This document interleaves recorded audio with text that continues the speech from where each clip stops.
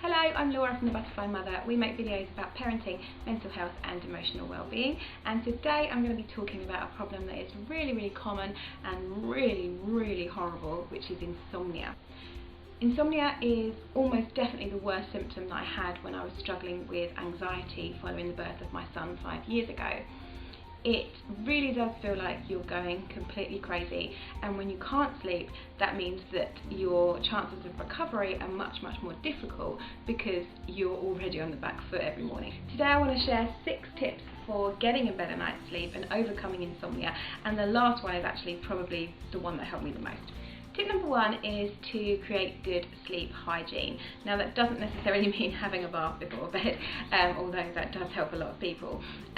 It just means having an established routine every single evening of really simple, repetitive, self-care type tasks that really, when you do them regularly, really put your mind in that place that you're getting ready for sleep.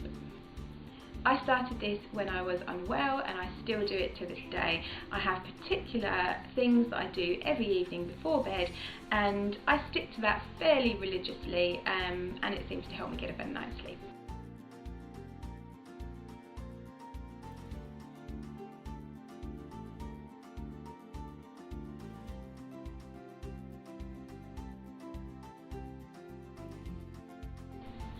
Tip number 2 for overcoming insomnia is to treat whatever is causing the insomnia.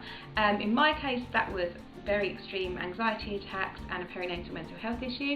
So by treating that anxiety, that helped to ease the insomnia, and at the same time easing the insomnia helped me to overcome the anxiety. So it was kind of, they helped each other basically. Whatever you think is the cause for your insomnia, whether that be anxiety, whether that be poor diet, whether that be too much caffeine, whatever it is that you think you can identify as the reason that you sleep poorly, if you try to address that reason, obviously the effect is going to be much better sleep.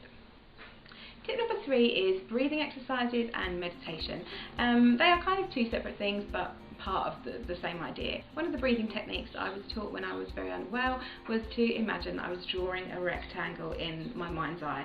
So every time I breathed in, I would imagine drawing the up stroke. Every time I breathed out, I'd imagine drawing the longer horizontal stroke. Breathe in, down, breathe out, along, etc. And it was just a really calming exercise to prepare my mind for sleep. Meditation can also be great, and that doesn't necessarily mean meditation before bed. I personally find that if I put extra pressures on myself to feel relaxed, it can sometimes have the opposite effect. But doing meditation in general can aid your sleep later on in the day. So most people will meditate first thing in the morning. So if you wake up, do meditation, and then that already kickstarts your day and gets your routine off to a good start, so that by the time bedtime rolls around, hopefully you'll be feeling a lot more relaxed. Most people meditate at a chair or sitting on the floor. I have always done my meditation in bed, and I think that's another thing that really helped me, because it meant I associated that positive calming effect that I got from meditation with my bed. So even though I was doing it in the morning, it made me have a positive effect on how I felt about my bed. Number 4 is kind of a last resort, and that is sleeping tablets. I'm not recommending sleeping tablets to everybody, and it's certainly not something that you can really use in the longer term.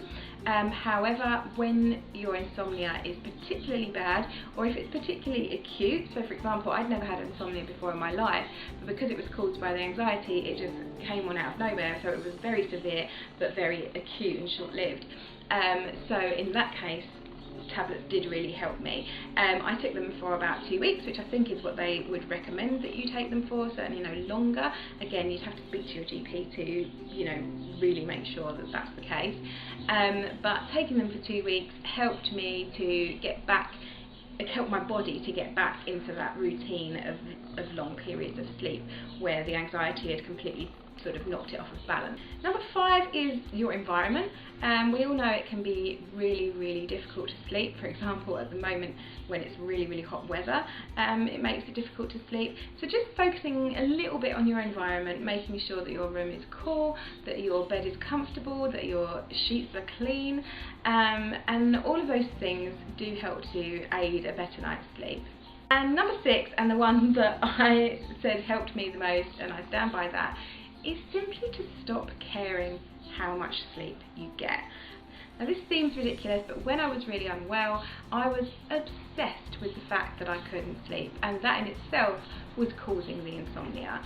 I was convinced, because I had a brand new baby, that if I didn't get enough sleep, I wouldn't be able to take care of him, and that then triggered lots of OCD style intrusive thoughts that then caused more anxiety and then impacted my sleep. So it was just a really vicious cycle. Once I learned that it didn't actually matter how much sleep that I got, yeah, it made me feel awful, but I could still exist and I could still survive. I could convince myself that it wasn't such a big deal that I wasn't getting as much sleep as I would like. And for some reason, getting into bed, not caring if you fall asleep or not, tends to make you fall asleep. I sleep really well these days now that I'm recovered, but if I do have that odd occasion where I don't feel like I'm going to be able to get to sleep easily, which most of us do on occasion, I quickly just tell myself that, okay, well if you don't sleep tonight, it's not the end of the world, you'll still survive, you'll still function tomorrow, and then you'll still sleep the next day. That really helps me to nod off. I hope these tips have been really helpful. If you want to know more about my experience with insomnia and overcoming it, I will link to a Facebook Live that I did on the topic, and I'll also link to a blog post that I wrote about it in relation to my perinatal mental health issues. If you like this video, please share it on your social media, or if you think there's someone in your life who could benefit from these tips, then please let them know about it. And lastly, please subscribe to our channel. We make weekly videos about parenting, mental health and emotional well-being. So if you think that's right up your street, then please subscribe. And I really hope you get a great night's sleep tonight. Bye!